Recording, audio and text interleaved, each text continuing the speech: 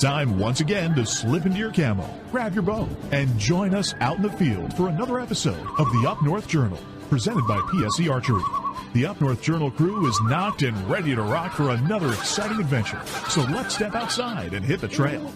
This episode of the Up North Journal podcast is brought to you by PSE Archery, Yamaha Outboards, Better the Hunt, Easy Cut, Packer Max, Deer Camp Coffee, Buck Baits, JPO Game Calls, Limwalker Game Calls, Wild Seasoning, Total Peep, Sunrise Archery, Scent Lock, and Scent Blocker. Hey everybody, good evening. Welcome back to another episode of the Facebook Live Up North Journal show tonight. Thursday night in the cabin. How's your week been? Good? It's been busy. Well, is that a good thing or is that a bad thing? It's a good thing, but yeah, it's a good thing. It's always good to be busy. Let's see if we get some people here. Looks like people are starting to pile in the cabin already tonight, which is a good thing. Our guest is sitting anxiously awaiting here. We'll get rolling here in just 1 second here. As soon as I see this feed pop up on my phone, take care of a quick share, and we will be on our way. Okay, there we go. And done. And pull that full. Mark Coleman. Mark, I swear, Mark is just sitting every Thursday night waiting for 7:30. He must be sitting on his phone waiting for the feed to pop up because he's always the first one in. Right? He's a good guy. He is a good guy. He's got some, I do believe he put some in the freezer. I think I saw that this week. Yep. So, absolutely. Well, I'll tell you what, let's get this thing started. All right, let's do it. Here we go. Stand by in 3, 2, and 1. Welcome back to another episode of the Up North Journal podcast, everybody. Host Mike Adams sitting in the cabin tonight with Dan DeFault on a pleasant Thursday. It's actually, it was windier, but it's calmed down. It's cool. It's cloudy. Partly sunny. Yeah, right. Well, there's clouds, but yeah, it's been nice. I mean, we had a lot of rain at the beginning of the week. Yeah, we did, but you know what? We're less than a week from November. Can you believe that? I don't want to talk about it. Right? This year has flown by. It has flown by, and I tell you what better way to spend a Thursday evening besides listening to us, watching us, and going to visit our supporters? There you go. Let's do it. So why don't we go over to buckbaits.com and get 20% off your order by using the promo code UNJ20. Remember, buckbaits.com, if you're local here in Sterling Heights, Michigan, 15 in Dodge Park is their brick and mortar store. Check them out. Again, get your orders in. Gun season is right around the corner. Lincoln Roan, he's over in Wisconsin hunting away in Buffalo County. So let's give him a call and get you $25 off your order if you need a Packer Max. UNJ25 at packermax.com. JPO Game Calls, give him a shout. Talk to him. Get that grunt call. Get it in your hands before season. Get 10% off your order. UNJ10 at jpogamecalls.com. What are you going to use if you kill something this year? You're going to use Wild Seasoning, and what better way to get 10% off your order than to use the promo code UNJ2021 to get 10% off your order. And we would not be amiss if we weren't drinking Deer Camp Coffee from Deer Camp Coffee Roasting Company and Outfitters. Use the promo code UNJ10. You get 10% off your order at deercampcoffee.com. We're drinking opening day. It's hot. It's a hot brew. It's a hot brew, get it? And if everybody's noticed who's watching, Mike has officially turned into a coffee snob. Well, not just that. Your toque. It is this time of year. It's getting cold. No more ball caps. Not for the time being anyway right now. I got the beanie on, rocking the beanies for the last week. And the one, Miss Nancy Jackson, has been giving me grief about it's not that time of year yet. Right? But it is for me. What time of year it is if you want Deer Camp Coffee and you want a great pizza, why don't you head up to Newberry? We got the live cam up in Newberry right now where it's 52 degrees. It looks like the same weather here. But get over to Cedars over there, get a pizza, get some Deer Camp Coffee, and enjoy Newberry up there as we're being broadcast live on 123 FM. Well, they still got leaves on the trees up there. They do. There's no snow on the ground either. Not yet. And there's no cars on the road as usual. Right. All right. Well, thanks to FM 123 for carrying the show. So, let's get into it tonight. You know, I've seen a lot of pictures out there. People are posting, they're showing what Mark Coleman's posted them, and we always see these little four-legged predators in the pictures a lot of times, and I think we need to get somebody on that knows how to exterminate them pretty well. I know a guy. You do? Yeah, I do. Mr. Chris Kreiner, what is going on tonight? Predator hunter extraordinaire. How's it going tonight? Good here. Good to have you back on the show. It's been a while. It has, and it's good to see you guys again, and your studio is looking pretty sharp. I really like that, guys. Thanks, man. Good, thanks. Well, in honor of you, we've got my coyote sitting back here over my shoulder, so I thought we'd bring him in here and make him part of the studio. So, since we're talking about coyotes tonight, unless you want to talk about something else. Well, let's start with coyotes, because obviously coyotes are my passion. I absolutely love them. Completely taken over my deer hunting, and how that happened, I couldn't really tell you, because I was an absolutely avid deer hunter. Nothing better than sitting in a tree stand on a fall evening, and especially during this time of year with the rut. But 4 years ago, I started getting really hot and heavy into the predator hunting, about the same time when Centerfire at Night started. And from there, it just continued growing. And let's face it, anytime we get into something that we're doing in the outdoors, we're always learning and we're always evolving. 2 years ago, I believe it was about 2 years ago, maybe even 2.5 years ago, when I was on your show last, talking about predators, and what I've learned a lot in the last 2.5 years, let's just say that, because you're constantly learning. And in coyotes, especially if you get going into, running your distress sounds and everything, coyotes are usually hungry.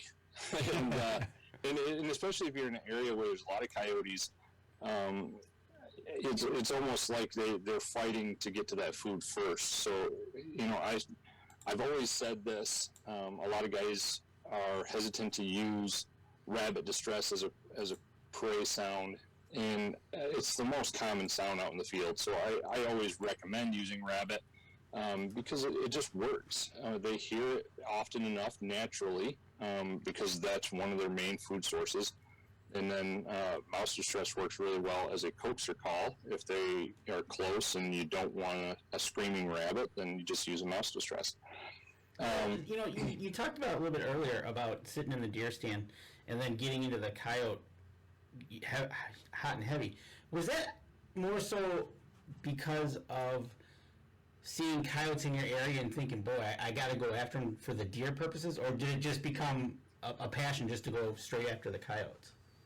It just ended up becoming more of a passion to go straight after the coyotes. I usually didn't see, I was usually shooting one every other season with the bow. So I'd see them once in a while, but it wasn't super commonplace. I started coyote hunting back when I was about 16 years old, when it was and I just day hunted. I only did that for about 4 years, and day hunting is definitely a lot more work in Michigan. It's hard to get them called out of the wood lots to come out into the wide open field. I'm not one that likes going into the wood lots if I can avoid it. And at night, they feel comfortable coming out into the wide open fields. It's almost like they feel like they got a shield around them. And so they're obviously hunting primarily at night, and they're more active at night. So anyway, I started about 25 years ago or so, and then and gave it up after about 4 years. And once the Centerfire at Night happened, I just kind of jumped into it again. And I found a lot of fun in that. And right about the same time, I had my second daughter. And as a family man, trying to be home as much as I can during the day for the kids and for the wife and be a father, I just found it more stressful than anything to go out and spend any daytime activities in the outdoors. My oldest daughter is finally getting old enough. I'm trying to get her a little bit more involved in some daytime activities. But ultimately what it came down to is once they've all gone to bed, that was my time to get outdoors. And that's where the Centerfire at Night happened at a perfect time in my life. And it was almost like a perfect storm, it just allowed me to get out there and start start hunting and spending a lot of time out there doing it. The center fire at night, when that came into play, you think that was the big catalyst or the game changer across the state here for people? Because it just seems like there's a lot more people doing this now. It was, and there's so many people getting involved into it now, and you still see some people that are stepping away from it too. You know, it's a seasonal thing. A lot of guys start buying up equipment about this time of year. Especially once deer season wraps up, and guys start ramping up and getting into the field, and then usually by, the first part of March, you start seeing a fire sale online of guys selling equipment because they don't need it anymore. But as a general rule, though, it is a booming sport. States throughout the country continue adapting easier nighttime laws that allow guys like myself and anybody else to get out there and hunt at night. And some of these states are just overrun with predators. I believe it was last year, I think 2 years ago, the governor of South Dakota, for example, they didn't really adapt good nighttime hunting laws that allowed non-residents and stuff like that to come in there without landowners being out there with you. But she put out like a thing, $10 a tail for coyote, fox, raccoon, possum. I mean, guys were making bank on just the tails. I mean, we can't get that for a full, even close to that for a full raccoon here in Michigan for a fire. Right. So, so throughout the country, things are getting better for the nighttime hunter. And that's the thing. And with that, coming along with that, are you seeing, are you getting visits more so from your local DNR officer because you've been called because you're roaming around at night trying to do what you want to do more so, or is people starting to get the understanding where you're at? So as a general rule, when I was running lights, we would get calls quite often. Where our neighbors would call, the local authorities and say, hey, there's red lights out in the field, what are they doing? And of course they need to, check up on you. And so we'd be visited mostly by local sheriff deputies, would visit us out in the fields, occasionally state troopers. We've never been visited by a CO.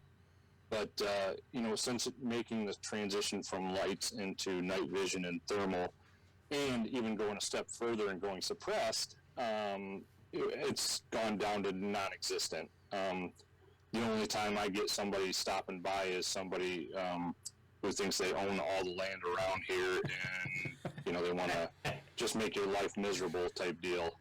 So that's only happened a couple of times, but as a general rule, with thermal vision and suppression, we don't have any authorities called on us anymore. That's awesome. It's good to hear, too, because I know that it can be a little bit, you're out there trying to do what you want to do, and all of a sudden you get interrupted. Yeah, and there was one situation where a neighbor could see us getting, because we hunt with AR-15s. Obviously, black guns are very controversial. So a neighbor seen us getting out of the truck and loading our ARs and walking out in the field.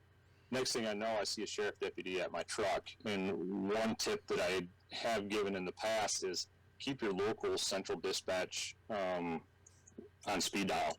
So while I'm in the field, I called up central dispatch, let them know what we were doing, and asked if the deputy needed to speak with us. And dispatch called me back 30 seconds later saying, nope, deputy's all set. And he turned off his lights and went about his way. And he went and talked to the neighbor and let him know what we were up to. So that part of it was good. Local authorities know that what we're doing, and they're aware of the laws, obviously.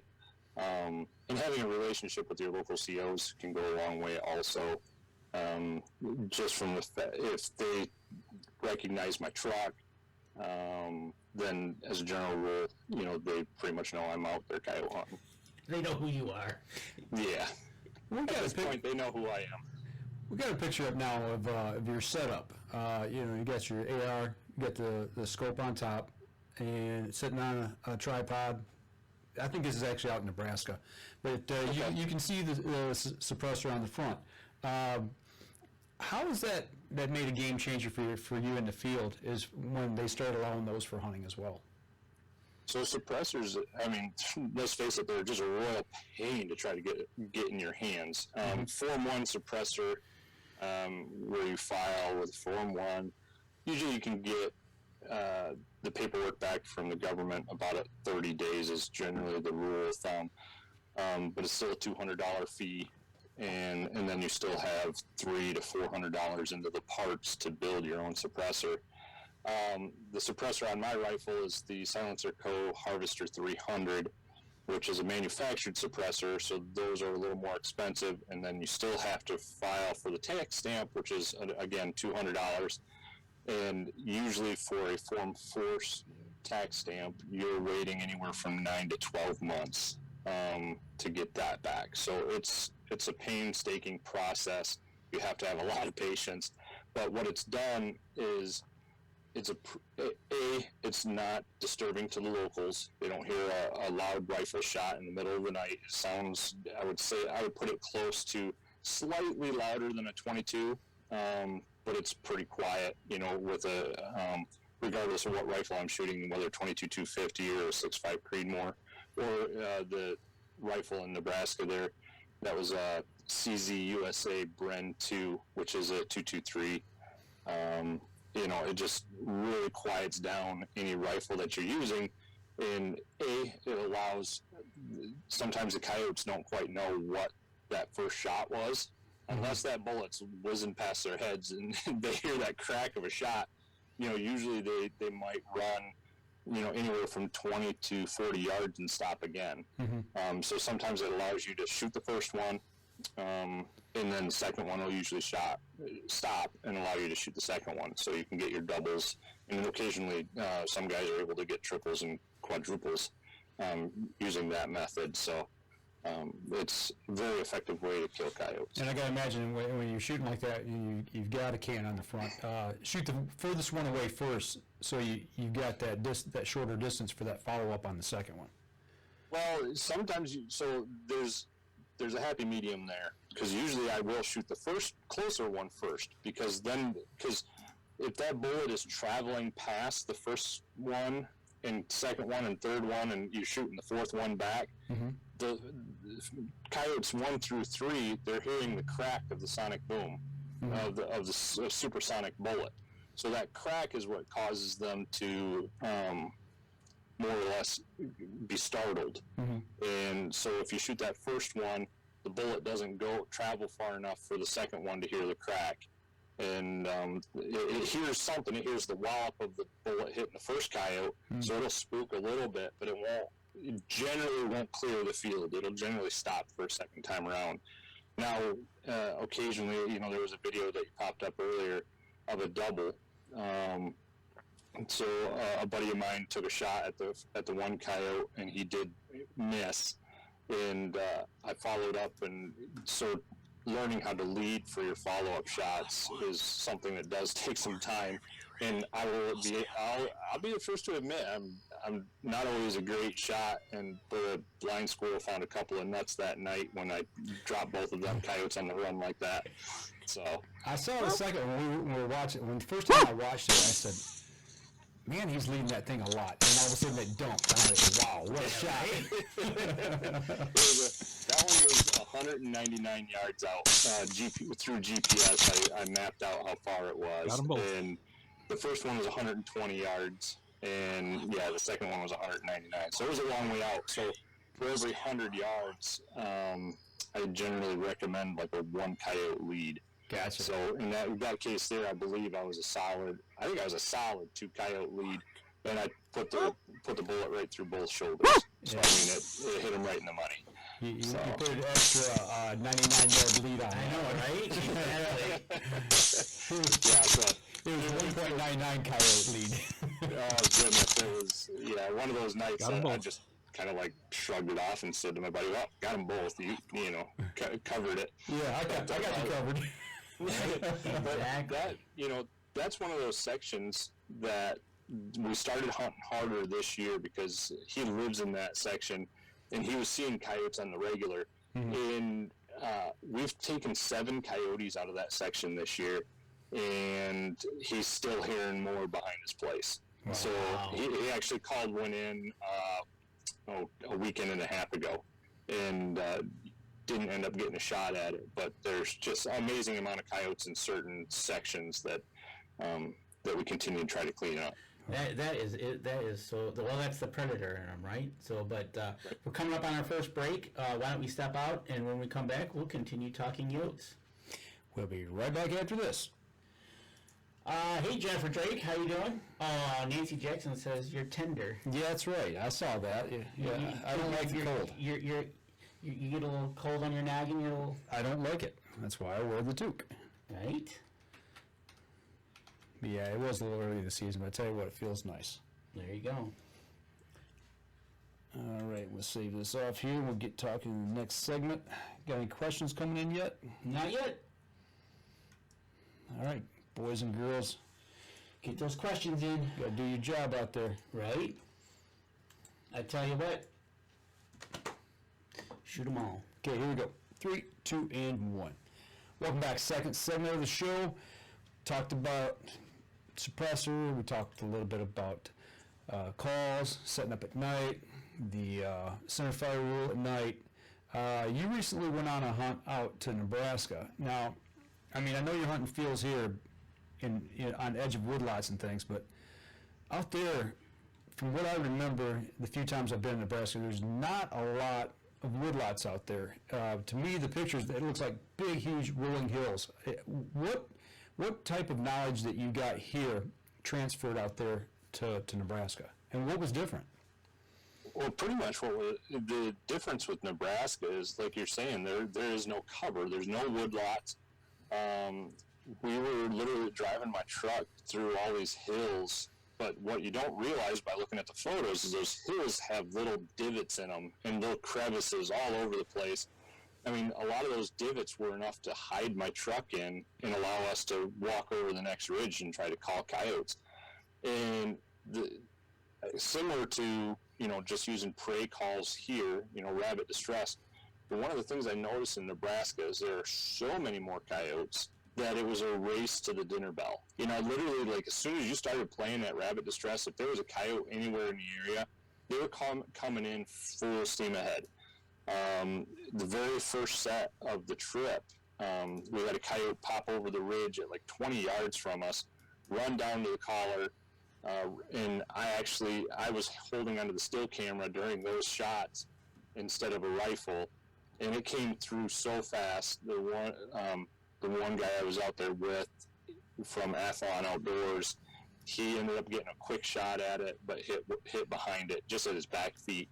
But that coyote came in so close and so fast. It was super exciting. And one thing you don't realize the difference between eastern coyotes and western, and that I did notice when I was out there, is you definitely see why they make more money from a fur buyer out west. Those coyotes had just a super pretty silver color to them.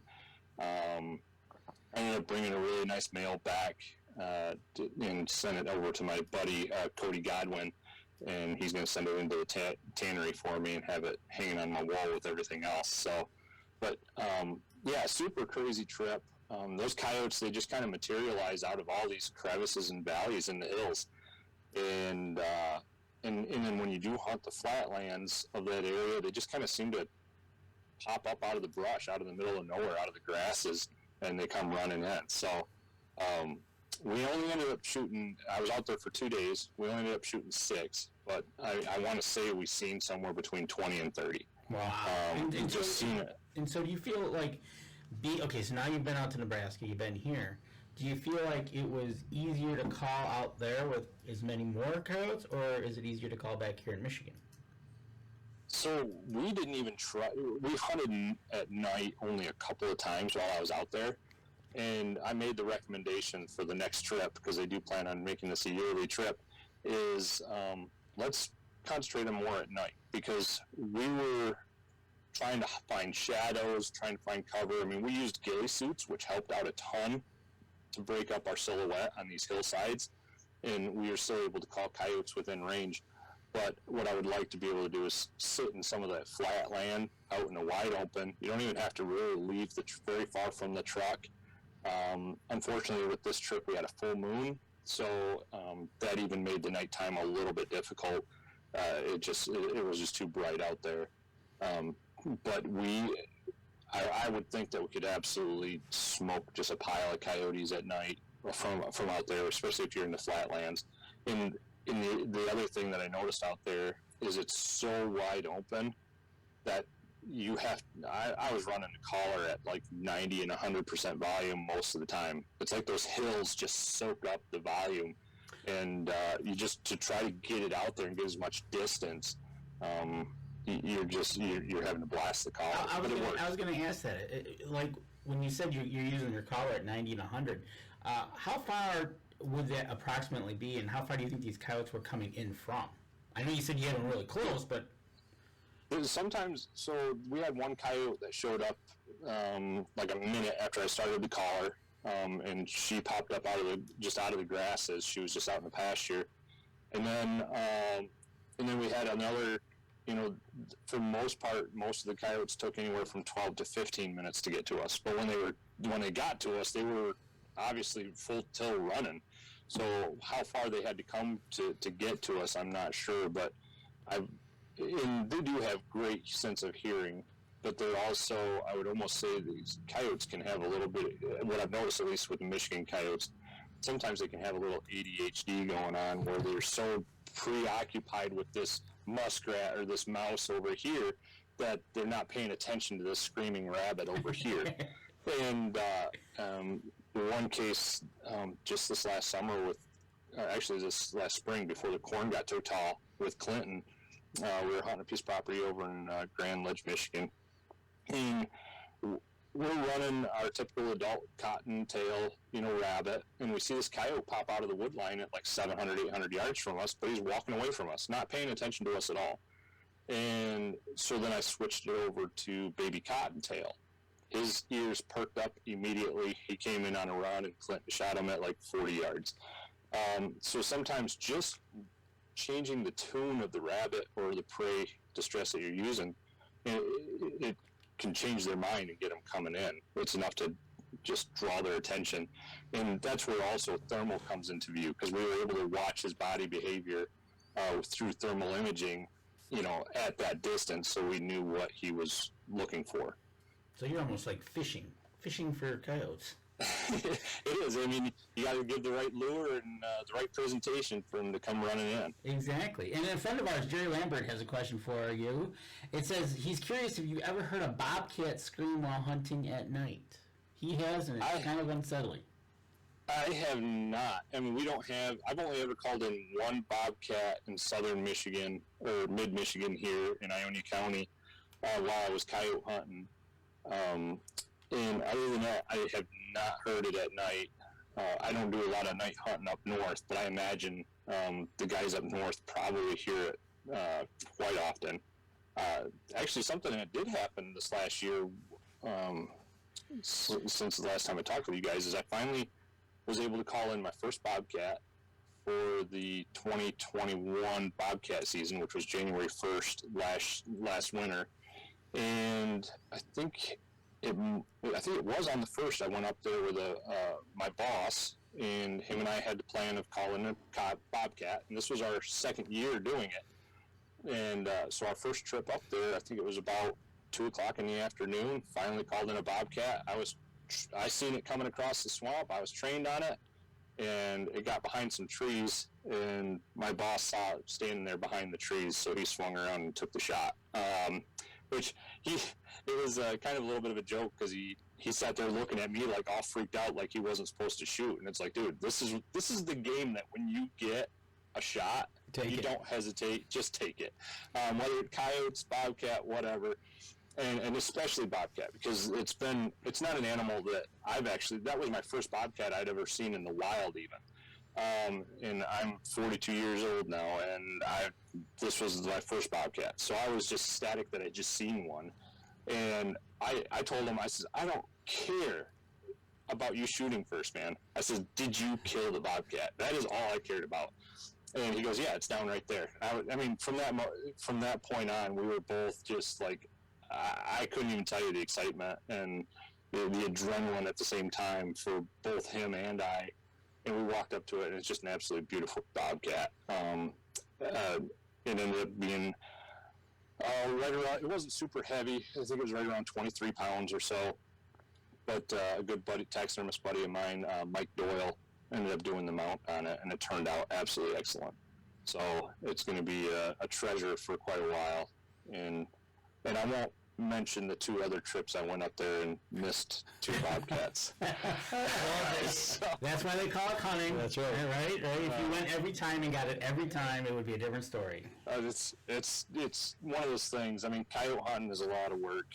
And you know, and you're really bummed when you miss. Bobcat hunting is a ton of work, a lot of walking, a lot of sets, you know, and a lot of scouting to figure out the best terrain to try to call in a bobcat.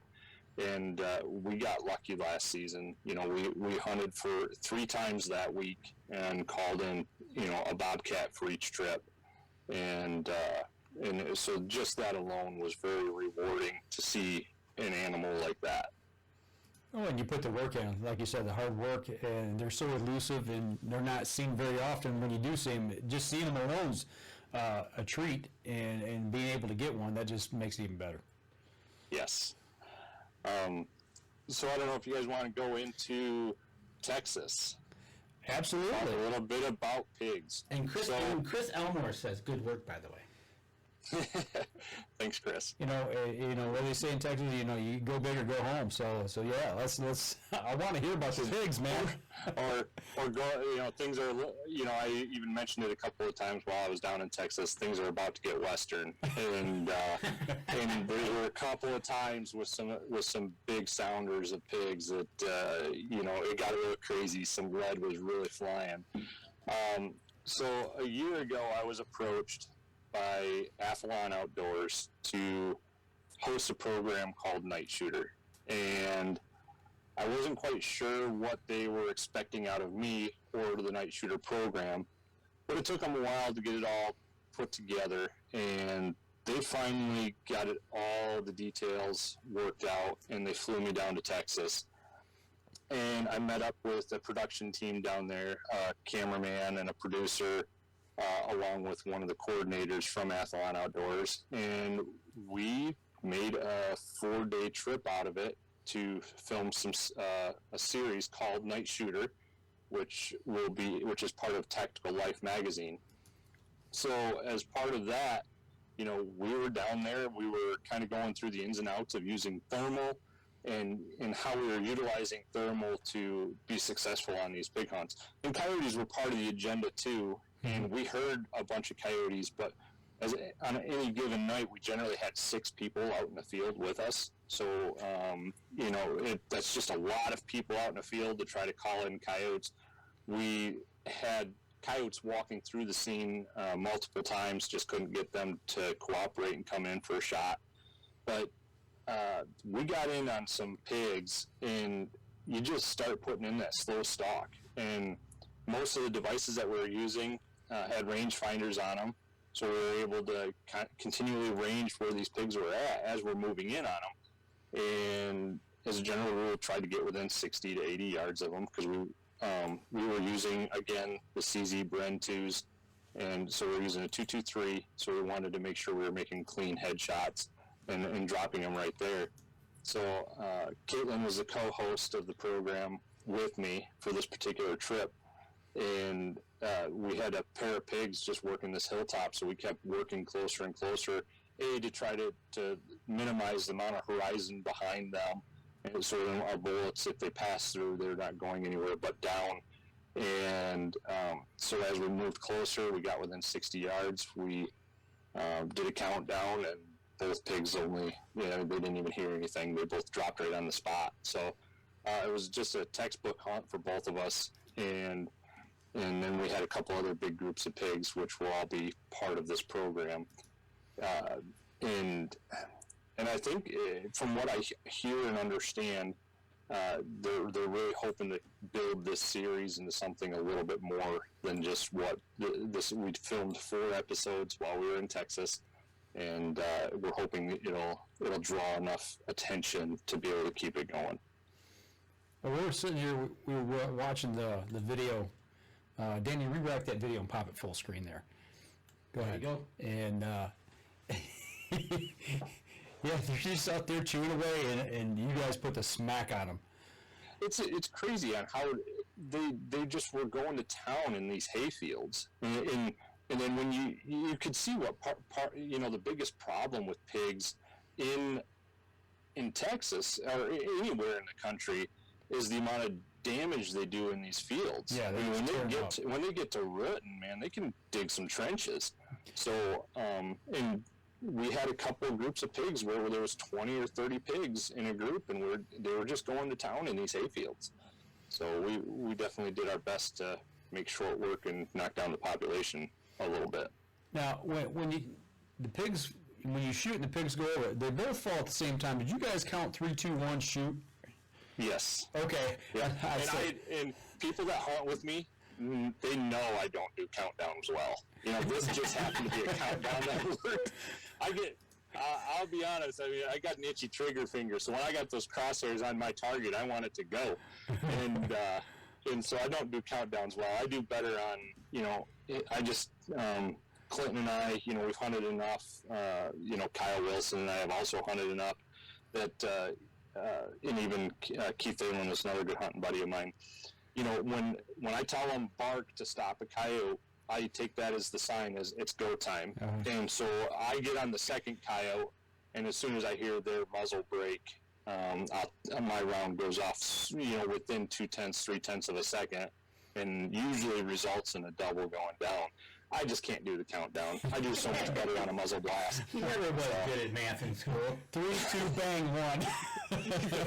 I did that once. I shot on 2. So, Cody Showalter remembers it well. Darn, yeah, got a little trigger happy when we got 3 coyotes running in at us. That's good stuff. That is fun. That's awesome. I'll tell you what, we're bumping up here on our second break. Let's take our next break. We come back. We'll continue the conversation and get into some more talking. I want to know a little more about this show that you're talking about. So we'll step outside and we'll be right back after this. All right, got any questions for Chris? Get him in the chat. We'll ask him. I do have a question for him, so we'll start with that. Kind of a general question, too. Okay, give me just 1 second. Inquiring minds want to know. There you go. Yeah, I figured there had to be some kind of count there because it was timed too perfectly to be a coincidence. Let's just say it was a miraculous countdown because usually it doesn't happen that way for me. So, but it was. We both looked at each other like, all right, it's because it was you heard one shot. It was like one gun went off, but 2 pigs fell over. That's good. So that's the way we like to do it. Absolutely. All right, here we go. Stand by. 3, 2, and 1. Welcome back. Third segment of the show. You got a I got a couple questions. First one from Jerry Lambert again. Do you have any interest in using a predator call on a bear hunt? I've seen some videos of guys doing that, and I honestly don't know how effective it is. I mean, they're a predator just like anything else. I think they prefer their donuts more than they do a screaming rabbit. But I would imagine it can be pretty effective, especially in a high population, bear population, and if food is scarce. I think that would work out well. Do you think now would that determine whether, like, if you were doing a spring bear hunt where they're just coming out looking for food, or is that like a more of a fall bear hunt where they're like just packing it on? What do you think would maybe be better? I would think spring would be better. You got fawns dropping, and I think fawns would be probably pretty high up on their prey list. Yeah, we see them prowling our fields, especially up at our place where we have like a second and third rut, and you've got that late drop. They're constantly, cruising the grass fields where, they hide their fawns. So we see it quite often. I imagine a fawn bleat would probably work pretty good. Yeah, and Bobby Hamilton's another taxidermist. He did a bear mount for the Michigan Taxidermy Association competition. Gosh, I want to say that was like 10 years ago, maybe even 11 years ago, over in Grand Rapids at DeVos Place, where he had a full body mount bear with a fawn in its mouth. Wow. So it was a really sweet mount, but it also goes to show that, that's probably a very common prey for bear. It is. It's I think the number one predator personally. But another question: how many years have you been in photography? Well, the photography kind of started about 2011, 2012 for me. I was just dabbling in it, in learning, watching YouTube, and learning how to properly set up a camera. I didn't get into it really big and professionally until about 4 years ago. So you took a lot of practice and then said, "We're going for it," right? Yeah, exactly. That's what it was. The biggest thing for me was learning lighting techniques. Learning where to put the light and how much light, and to really lighten up the scene. Especially, obviously most of my stuff is nighttime photography, and knowing when and where to put the light is huge. Like we talked about, plus your equipment, right? You graduated your equipment. You learned from other people who had the same equipment, what you were looking for in a picture because they did it. It was just a progression of learning. Yep, that's all part of it, and let's face it, equipment's not cheap. You can, I think a lot of people, what they want to do is they want to jump into the high-end, expensive equipment. In all honesty, you can get some of my buddies that are photographers also, the camera that I did used to use, they're like, how are you getting that camera to do that? And it's a matter of just, like I said, lighting techniques and then giving, the right depth to the photo. And even with a low-end camera, you can do a lot of stuff with it. This year, I finally upgraded to a higher-end camera, and some of the photo, and it has greatly improved some of the photos. But also what's improved the photos is now I'm no longer using a flashlight. I used to use my cell phone light. I used to use a flashlight to light up a scene for my photos. Now I've got a flash system, a 2-flash system, so I can adjust the lighting much easier. I have much more control over my lighting of the scene. That's the key part to it, is getting the light right, like you said. It's especially on those night photos, man. Those things are fabulous. Appreciate that. Right. There's a lot of work involved. And that's what Rich Fallab says, is your nighttime photos are amazing. And probably there's, what we see in our showing, there's probably plenty more where you probably had a few choice words of that picture, how it came out. Well, I mean, similar to what you guys, your new studio there, you got some lights in your studio, and you try to minimize the amount of shadowing in the backdrops and stuff like that. So it's all about your lighting angles and trying to, create the best lighting scenario. I'm very thankful for a majority of the guys that I do hunt with. They're very patient because, we easily give up at least one coyote set to be able to do these photos at the end of the night. It takes roughly half an hour to 45 minutes to really dress up a scene and make the photos look sharp. Well, and it shows. I've been working in television for as long as I have. Lighting is key, and like you said, it's just something you just don't throw lights up and take a picture, because when you do that, it does show. But I swear, the stuff I see, nighttime hunting photographs, by far, I've never seen anything in this area, at least, as good as what you do. Hats off to you. I appreciate that. It's really I appreciate good stuff. that. And Rich is commenting on stuff quite often. I appreciate that, Rich. And that just leads into another question that was asked to me. So, go out, got all these coyotes, got them hanging from your truck, got them hanging from signs. Then what do you do with them? So during the summer, there's no value to them. They just started looking good here about a week and a half ago, to where you can start skinning them out and either hanging them on your wall or prep them for a fur buyer. The problem is, obviously during the summer, we've got, our boneyards, so to speak, where we're just out there for population control and knocking out coyotes. During this time of year, though, you can skin them. You can, and the nice ones I do skin, so I can hang them on my wall. But as a general rule, to a fur buyer, unless you got a really good coyote, you're only getting $25 for that coyote. Has kind of been the top dollar. And unfortunately, there's not a fur buyer anywhere close to where I'm at. Now, I do know some kids in the area who are trappers, and just getting into the trapping and stuff like that. So usually if I get a coyote that's nice, I'll give them a call and say, hey, I got a coyote for you. They'll come over, they'll grab it, and they'll prep it, skin it, and stretch it, and they'll take it to the fur buyer when they go to market. That's great, man. Not only taking the population down, but you're also helping kids get started in something and put a little money in their pocket, so it doesn't go to waste. That's awesome. Right. Yep. So with that being said, now another question from Rich is, so you shot coyotes. I think I know the answer to this. I know, right? You shot coyotes with a gun, and you shot them with a camera. What do you prefer? Honestly, that's a good question, because I really do enjoy the photography side of things. I think I did 2 or 3 sets in Nebraska where, all I brought was the camera to try to capture coyotes running in. And 2 out of the 3 sets, we did have coyotes come in, and I was able to get pictures. I ended up getting a little bit of video of a coyote running in, and just so it really is a coin toss. I really enjoy, if I'm going to be daylight hunting, I really enjoy carrying that camera and getting some stills. I'm not much into the video side of things anymore.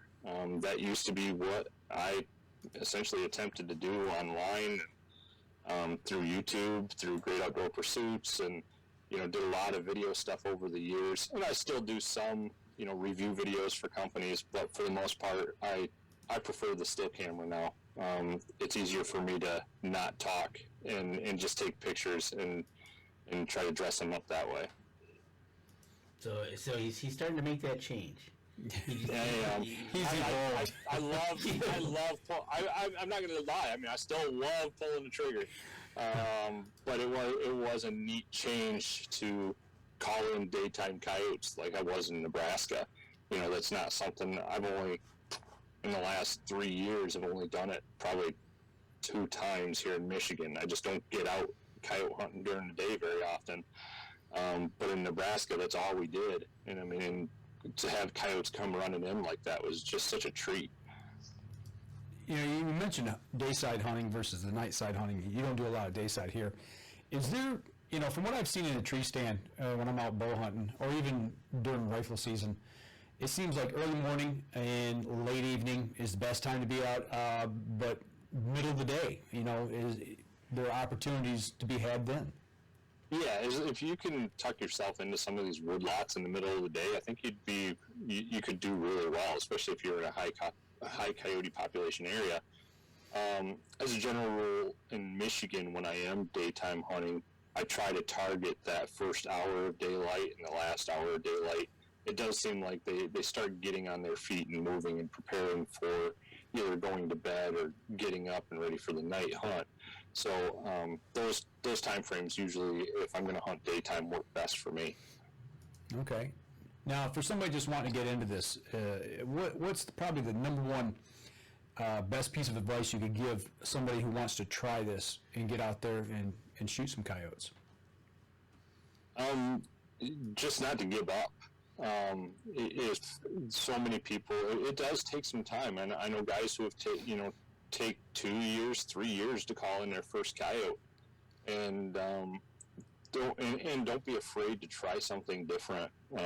Either increase the volume on your collar or throw out a different rabbit sound. But ultimately, the keynote here is not to give up, because there are coyotes out there to be had. If you're getting coyotes on your scouting cameras and you're noticing that they're showing up at a particular time of day, then try to get set up somewhere near the area.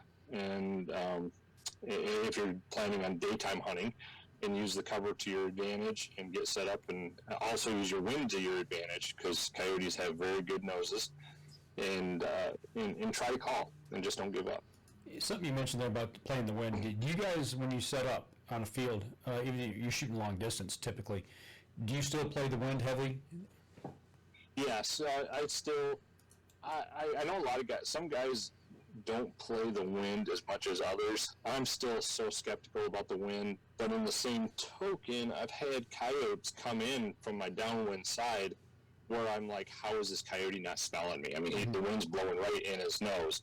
So whether they're so fixated on the collar that they're not paying attention to your smell, or maybe they're used to the smell from the house, that you're not too far from.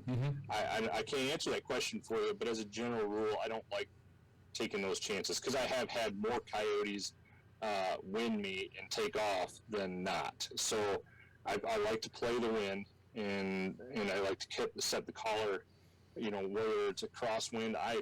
I don't care whether it's a crosswind or, a directly upwind to me. I just set the collar out, and if the coyote tries to circle, then I'm going to be in a great position for it. But as a general rule, if you play your cards right in your calling techniques, I'll tell you, I think I'm probably 75% of my coyotes come right to the collar. They don't even try to circle downwind. Okay. And so they're just charging hard, looking to get a free meal. And then, or if you're, doing a coyote fight or a pup distress, they're using their maternal instincts or, fighting instincts or territorial instincts to come running in to join the fight. So they're just coming in on a hard charge and not really, looking to get downwind of that area. Not caring in the world, right? Another thing for new people to do is reach out to you on Facebook and ask you a question. Hey, kind of throw it at you, and I'm sure you'd be glad to answer it. And you can be found on Facebook. Just look up Chris Kreiner with a K, and send him a message and ask him. Say, hey, I've been trying this, and maybe Chris will give you some advice where you can put it to use, and maybe it's just that one piece of knowledge you're missing. Right. I do it often. I get messages multiple times throughout the week. Asking. They might even send a little video clip of a coyote vocal and say, "Hey, this coyote was doing this. What is my best next move when a coyote is doing this?" And that's something I've learned some techniques over the last couple of years. Also, is I've found that some guys when they say a coyote's barking at you, the gig is up. They know you're there. Something's not right to them. They're barking at you.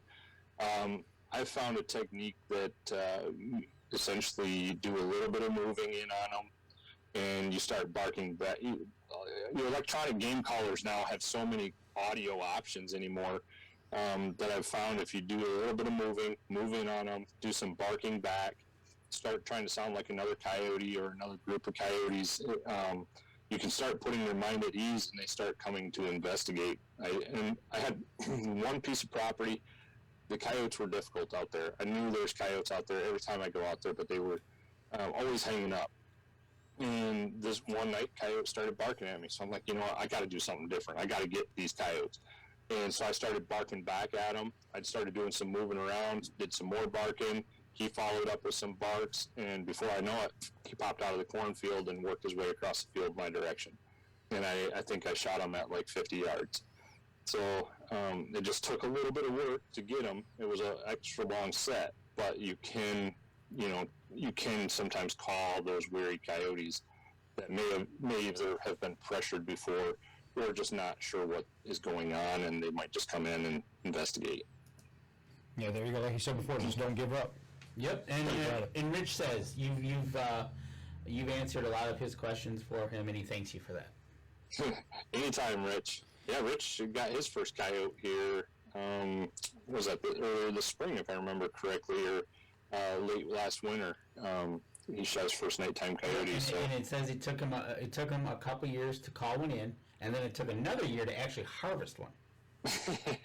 Yeah, he's been at it for a long time, but you know what? He didn't give up. He's still out there, and he's still giving it a whirl. And actually, next Thursday, Kyle Wilson and I are doing a Coyote Predator 101 seminar at Not Just Guns in Mason. So we're going to, get a few. We have a RSVP for, see who wants to show up and we'll kind of talk some basic predator hunting and try to get some newbies into the sport. Awesome. And there you go. I'll tell you what, we're bumping up here on our last break, so let's take care of that. We come back. I still want to dive more into the show that you were talking about. We kind of missed it this segment, but that's all right. So we're going to step outside. We'll take our last break, and we'll be right back after this. All right. Yep, we got a question, and okay, let me save this save off that real off. quick. And last segment of the show already. Yep, already. Time flies. Oh, it goes quick. I know, right? That means we're having fun. That's good stuff. That's right. All right. Here we go. Stand by in 3, 2, and 1. Welcome back. Last segment of the show. You said you had a... Yeah, we were talking about Athlon Outdoors, Chris, and they have a website you can go to and check out. They've got a couple magazines, but their website is tactical-life.com. You can go over there and check it out and see what they got over there with guns, gears, lifestyles, video, and more. And this is where the show's going to be, right? Yes, the show is going to be on tacticallife.com, which is a brand of AthlonOutdoors.com. And yeah, they got all sorts of their magazines kind of evolve around the Second Amendment. A lot of firearm magazines and talking about today's tech, today's rifles, and and some of the gear that you can get for your rifles. And also, some of their magazines go into your some of the technology that we use at night, night vision and thermal. Okay. So there you go, and you see that right there? I got it on the screen there. 2 Sig Sauer belt-fed rifles. Nice. They have some cool videos out there. They got some pretty cool gear. I think I could hit a coyote in the run with that. Right? Belt fed. So get out over there and check that website out. As part of the Nebraska trip, I was out there with Dan Flavin from Flavin Associates. He's an associate of Athlon Outdoors, and he brought out the VP of marketing from CZ Rifles to Nebraska, and we just had a great time. A lot of laughs. There was one particular coyote that was running across the field, and Jason took the shot at the coyote and he missed, and then the frenzy started. In Nebraska we were able to run 30-round mags, and so I lost count at the number of shots. I think there was somewhere around 7 to 10 shots that were rapid fire, and somebody finally said they got him. So, but it was quite the laugh when I seen rounds hitting all around this coyote, because he just couldn't quite get on it. But it was a good time. Nothing like making one dance. Right. I've been known to do that a time or two. A question is, which do you prefer more, vocals or distress in general? That's a great question, because I do love using vocals. And what vocals allow, it's almost like you guys turkey hunting or elk hunting.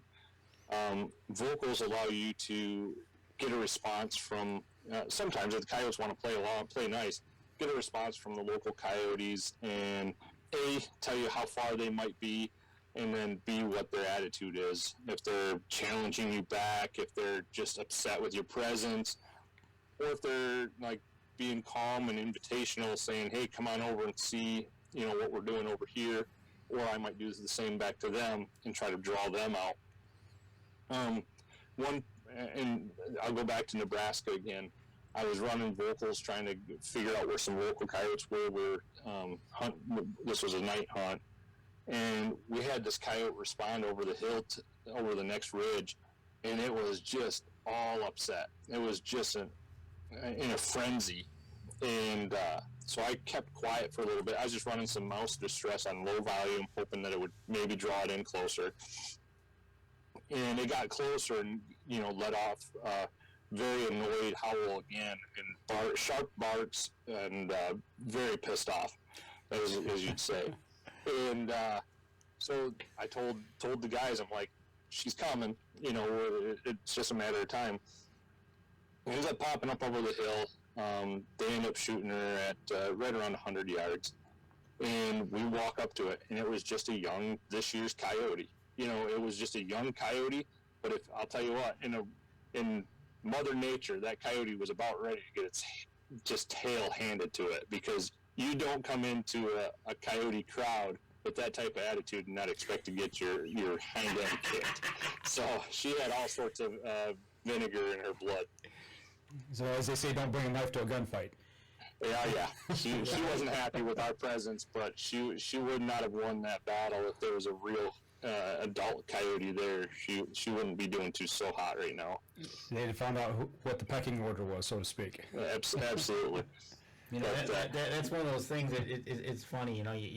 You would have never thought that till you actually shot her and walked up and looked at her and went, "What?" I was dumbfounded. I even told the guys. I mean, they were all excited that we used vocals to call this coyote in, and it was being vocal back. And I was just like, I was sitting there and dumbfounded, because this was such a young coyote to have this much attitude. So it was quite the neat hunt, and another eye opener. Obviously, like I said at the very beginning of this, you're always learning and trying to adapt and understand your game species a little bit more, and that was a learning one for me. There you go. You're always learning, right? That's what it's Absolutely. all about. So, and Rich got his first day of COVID shutdown in March of 2020. Yeah. So, I'll go into that too. Obviously we attempted to have this show back a couple months ago, and unfortunately on my trip down to Texas, I want to blame that on the airport. But obviously we're in the airport, you're supposed to be all masked up and everything, but I was exposed to COVID, and about day 3 of my trip in Texas, I just started getting sick, just body aches, and I never had a fever, but just body aches and sweats, and it was already 97 degrees down there and hot, so I just attributed it to more heat issues than COVID. And then the last day of the shoot was on a Friday. We did interviews and closing interviews and everything for the show. And by that evening, I told him, I said, I'm not going to be able to hunt. I'm not, something's not right. And so I got home that Saturday and just kept kind of declining, and got tested shortly after and tested positive for COVID. And it only took a couple of days before my wife came down with it. And I think it knocked me out for about 2.5 weeks. I never had any breathing issues, just, severe body, aches, and just no energy whatsoever.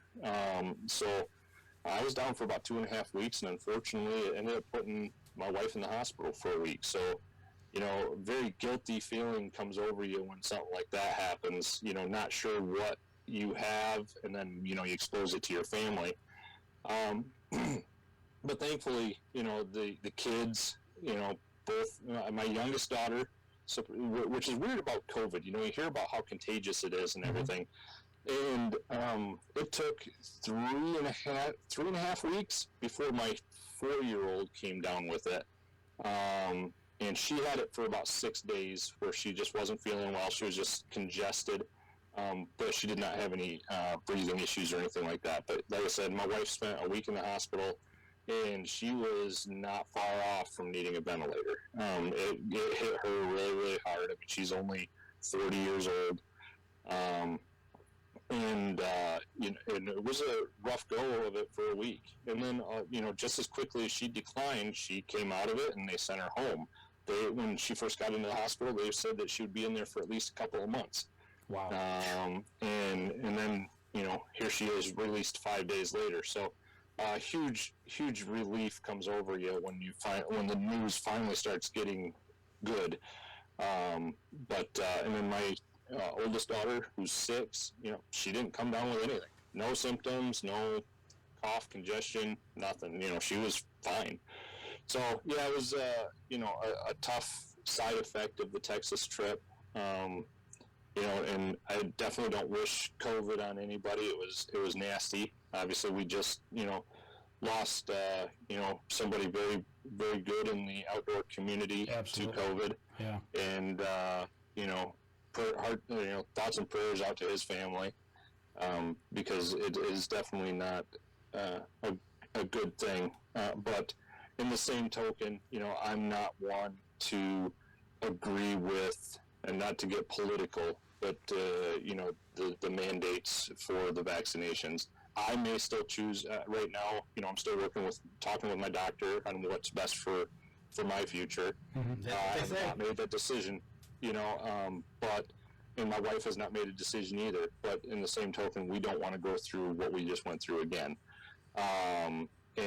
But I do not agree with the government having the mandates forcing companies to require their employees to take this vaccine. Not again, like I said, not to get political. Nope. That's everybody's got an opinion. Everybody should have a choice on what they are injecting into their body. That's what this country's founded upon, is having that choice. And, I completely agree. Doesn't matter what side of the fence you're on. Yeah. No, go ahead. That's just it.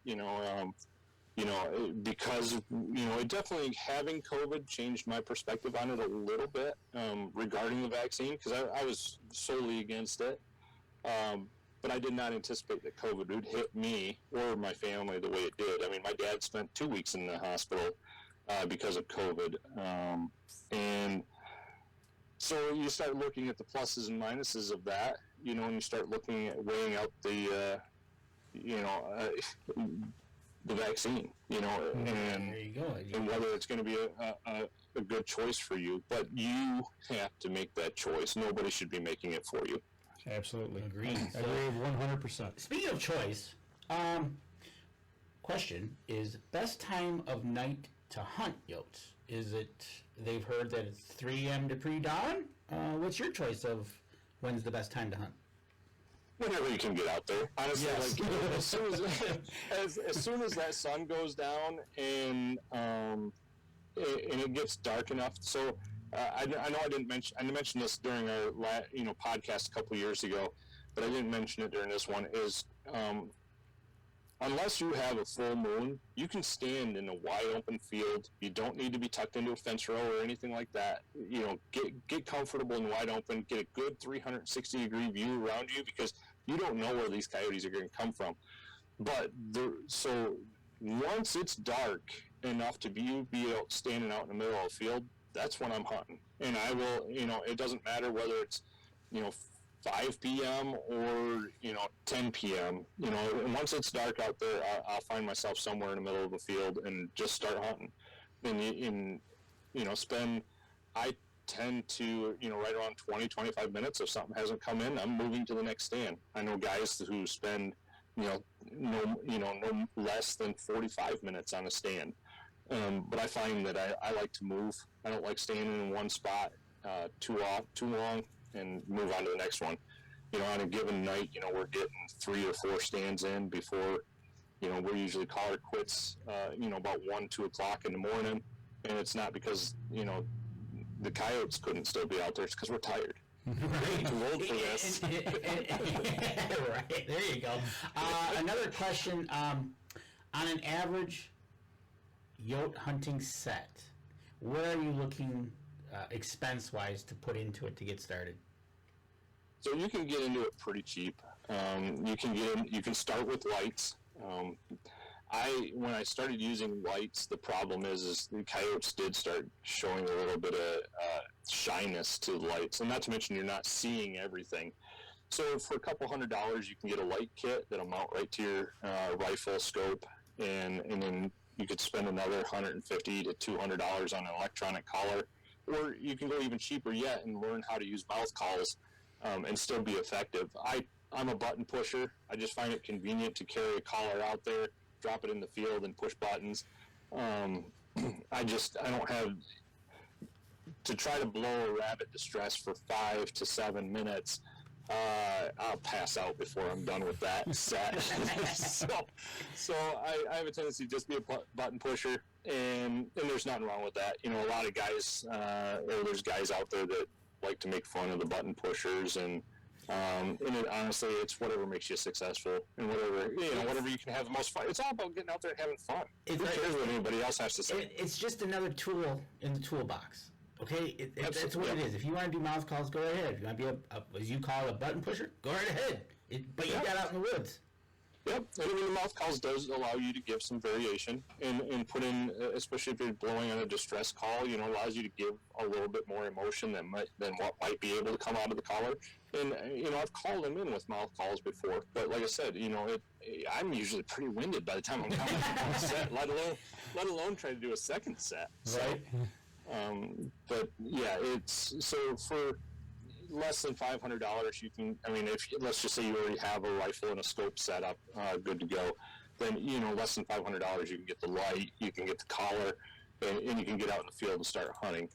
Now, if you want to make the upgrade, which many guys end up doing, because with thermal you can see everything, and also with thermal you get what you pay for. So if you spend $700 on a thermal unit, you're going to have a $700 thermal unit, and it's not going to be very good. You're not going to get a lot of range or clarity out of it. And then there's thermal units that are upwards of $4,500, and I can see coyotes at 1,500 and 2,000 yards with those. And you're not necessarily you're watching their body language and able to tell that they're coyotes. And coyotes have a different heat signature versus deer, or I should say predators have a different heat signature than deer. So it's easy to tell the difference between the two. But with a high-end thermal unit, you can see everything. Similar to what the pig video and then the coyote video that you guys showed earlier, that's what thermal looks like. And you can see clear across the field. I mean, the second coyote, again, was 200 yards out, and you could clearly make out that it was a coyote and before I took the shot. Right. So, and then with a good thermal scanner, I think if you spend $2,000 or less on a thermal scanner, I should say between $2,000 and $1,500 on a thermal scanner, it'll give you enough range to be able to see that something's coming across the field. And then night vision scope, you can get anywhere from $500 to $1,400 with a good IR. You can turn that on, and then you can shine across the field. And you can identify what it is that's coming. Ultimately, you want to see that heat signature sooner than later, so then you can get to your rifle, turn on the IR, and identify what it is that's coming running in. Gotcha. There you go. So sky's the limit, man. Right? Yeah. If you would have asked me 5 years ago, I'd be spending the money that I'm spending on coyotes today. I would have said you were crazy. Right. But here I am. I've just dove all into it. I absolutely love it and don't regret a bit of it. There you go. That's awesome. one. And like you said, get out there, try it, see if you like it. Like you said, you switched over from deer hunting to that. So. Right. All right, guys and gals, we're going to wrap up here. But before we go, once again, tell everybody where we will find the episodes of the new show starting next week, you said? It's supposed to be released next week, so you can go to athlonoutdoors.com and click on the Tactical Life magazine sheet there, and there's supposed to be an advertisement popping up there sometime next week.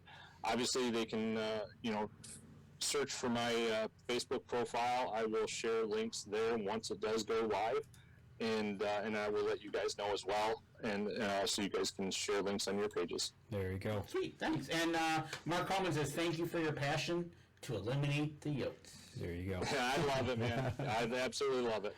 We need more people out there like you, man, putting the smack down on them. That's for sure. Appreciate it, guys. I tell you what, hang on with us. Once we get off the show here, we'll chat with you real quick. But for those of you that are watching or listening to the podcast, make sure you go over to Chris's social media pages on Facebook, YouTube, Instagram, all those different places where he's at. Give him a like, follow, and share, and do the same for us. And for those of you who are watching or listening to our show over on iTunes, make sure you give us a review. That helps us and helps the people who support us as well. Absolutely. So before we go, though, next week might be a unique kind of show because if we do one, because we're heading up north to do some deer hunting. It'll be the first time I've hunted in the UP in my life. There you go. So we'll try to pull something off for next week, but we won't guarantee it. So, but that'll do it for us this week, folks. Y'all take care, and if we don't see you next Thursday, we'll see you on the following Thursday. And we got anybody booked for that yet? Not yet. All right, we'll work on it. Promise. All right, y'all take care, and we'll see y'all again here real soon.